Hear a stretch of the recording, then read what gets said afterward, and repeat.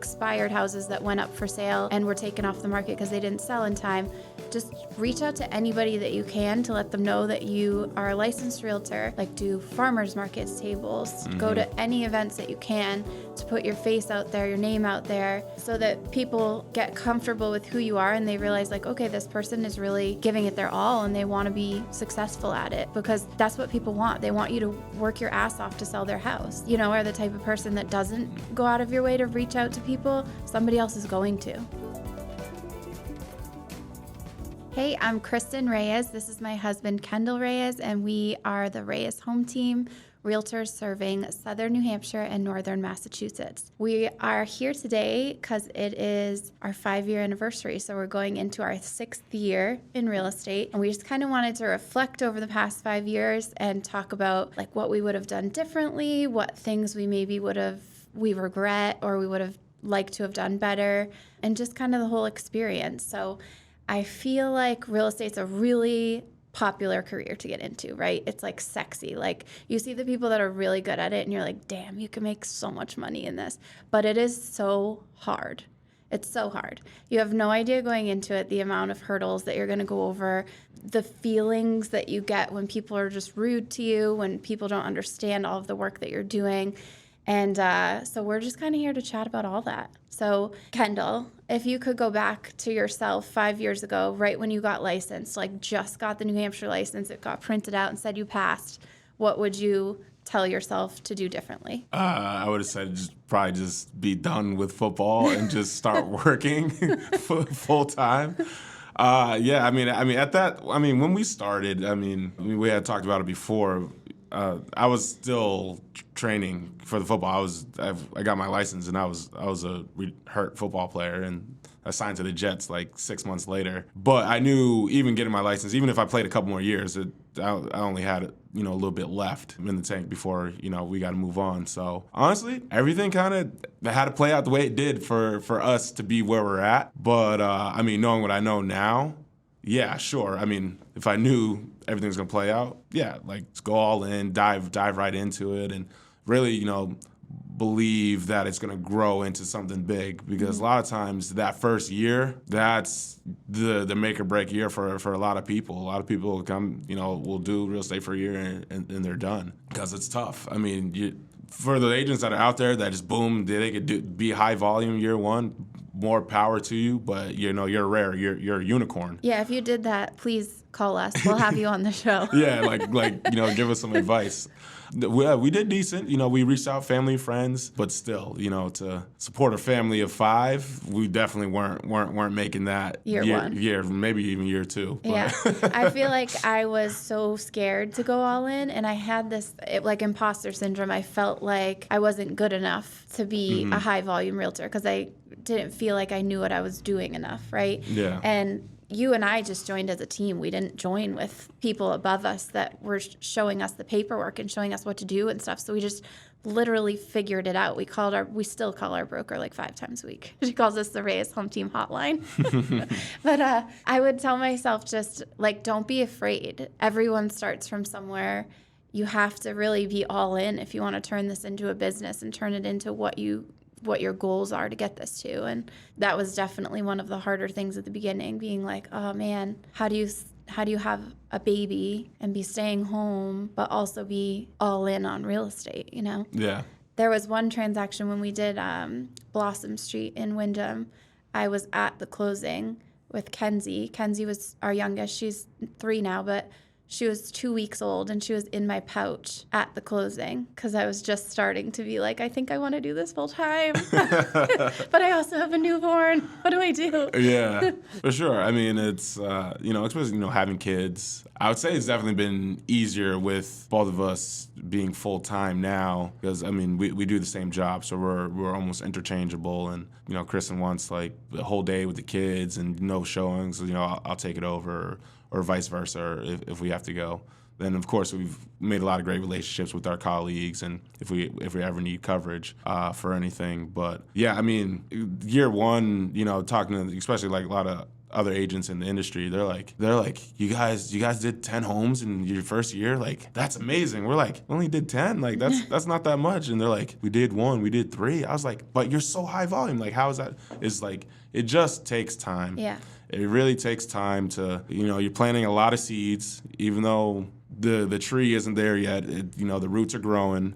And then over time, you build something, then you continue, and it grows. As long as you're nurturing it the right way, it'll continue to grow. So, So people that are just starting out, I would say, don't get too bogged down in your training. Like, learn how to use all the systems, learn what the paperwork is, learn how to reach out to people, but don't spend all of your time in training, because the training makes a lot more sense once you're actually selling houses. At the beginning, if you get so bogged down in training, you're going to make excuses every day for why you're not reaching out to people. Mm-hmm. And the whole business is built on reaching out to people. Yeah. If you feel like your sphere isn't at this point, right when you're starting, going to be accepting of your career yet, then reach out to people you don't know. You can do mailers to a neighborhood that you like that's maybe in a price point you want to be working in. You could be calling for sale by owners. You could be calling expired houses that went up for sale and were taken off the market because they didn't sell in time.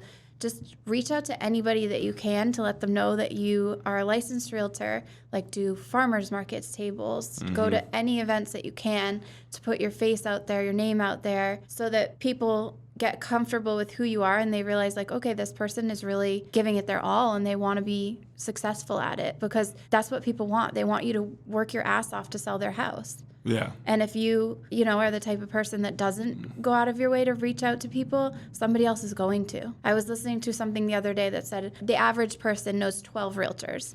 So how are you going to stand out to be the best of those 12? Like, every single day that you don't call people or don't reach out to people, there's 11 other people that might be doing it behind you. Yeah, absolutely. Real estate's a contact sport. If you don't make contact, then you got to be able to generate leads. You got to be able to talk to people. You got to build those relationships.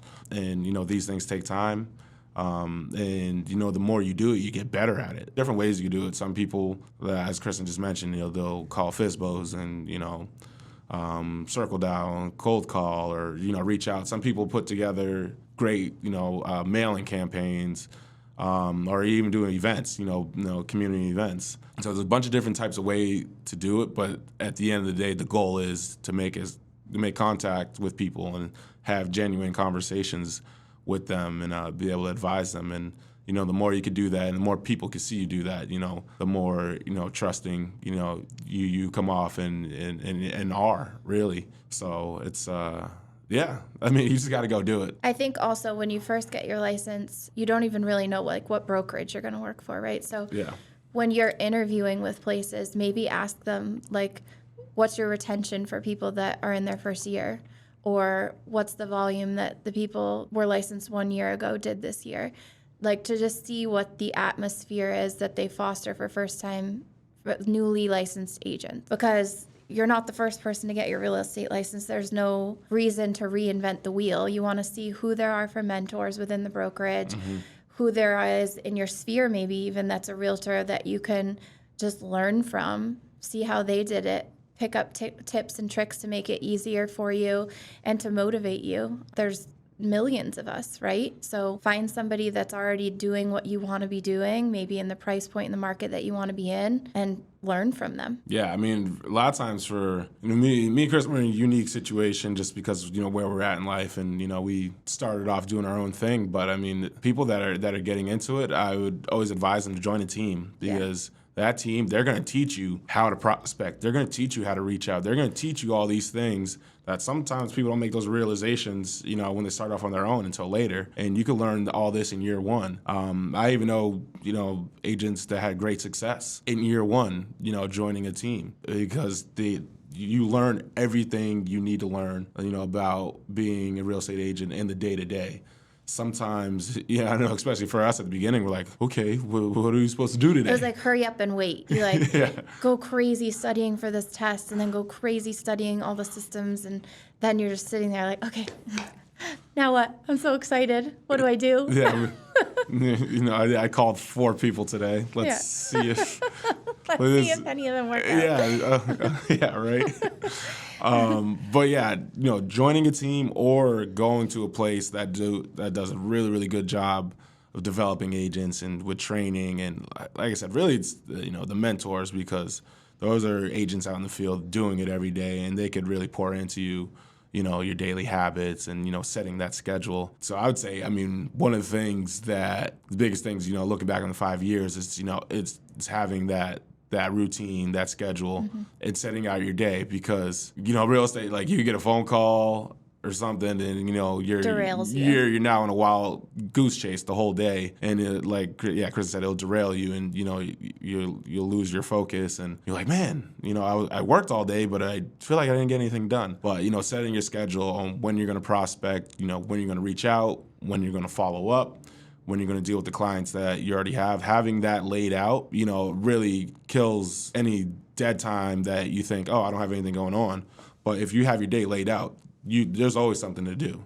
There's always something you can do, to work, to get better, to prospect, or even to train yourself, get sharper at your skills. There's more training and more things you can do to really become that expert. And so our first hire was a transaction coordinator. I know some people do this like right off the bat and have one from the beginning, which would have been brilliant, but we didn't know that. So we waited a little over 4 years to hire our admin, or our transaction coordinator, Amy. It's been awesome. It's been so helpful. She's better at what she does than I am at what she does. She's more organized than I am. She's faster than I am. I don't have to do that now. I don't have to be sitting by my email with anxiety waiting for something to come in because I need it by a deadline in order to get it to somebody else. She handles that, which frees me and you up to be able to do what we need to do with our time, which is reaching out to more people. Definitely, making smart decisions, either with, your technology, or hiring the right people. You have leverage, and, technology is leverage, hiring people is leverage, and really all that comes back to is your time. If you could be very efficient in a small amount of time, it gives you more time to do the things that you need to do for your business, or to grow your business. So that was a really big step for us. Really buying in and doing the small things that we need to do to grow our business. Hiring a coach, hiring a transaction coordinator, in the process of hiring another agent, to work alongside with us. It's incredible seeing this thing grow, and we might have to hire another person. But these are all things that you could build up to, and if you listen to the right people, really seek out that mentorship and that coaching, they're going to be able to give you the guidelines onto how to do it, and do it in a faster amount of time. Exactly. Yeah. So it's pretty cool thinking of like how we want to, how we're in the process of hiring one person and hopefully can continue expanding it. It's awesome because we already know that real estate has changed our lives so much. It's changed the people around us' lives through like us being able to help them. But now we get to hire someone else and change their family's life by the opportunity that lies in real estate. So that's what I'm really excited about. Yeah, no, it's... And Kendall's excited to have another teammate. Yeah. He always says you're not coachable. I am coachable by anyone except for Kendall. Yeah, I can't tell her anything. Or, husbands, we all know this. Yeah, you can't tell your wife to do something even if you know it's right. You got to make light suggestions. Then hopefully sprinkle suggestions. Yeah, sprinkle suggestions in the most polite way ever, and hopefully she'll grasp one of them. But I know that going in, so that's how we communicate. But no, it's cool that we're able to grow our team, have that team atmosphere, and I love being a teammate. So yeah, and a coach, and you get to motivate somebody else. Yeah. To get to what their goal is in their life, whatever number of transactions or amount of money it is, or families that they want to help, whatever it is that their goal is, we can see that. That's about it, right? So thank you for tuning in. Definitely subscribe. We got more and more content coming up. We're going to have some really special guests coming up. So tune in, and we'll see you guys next time.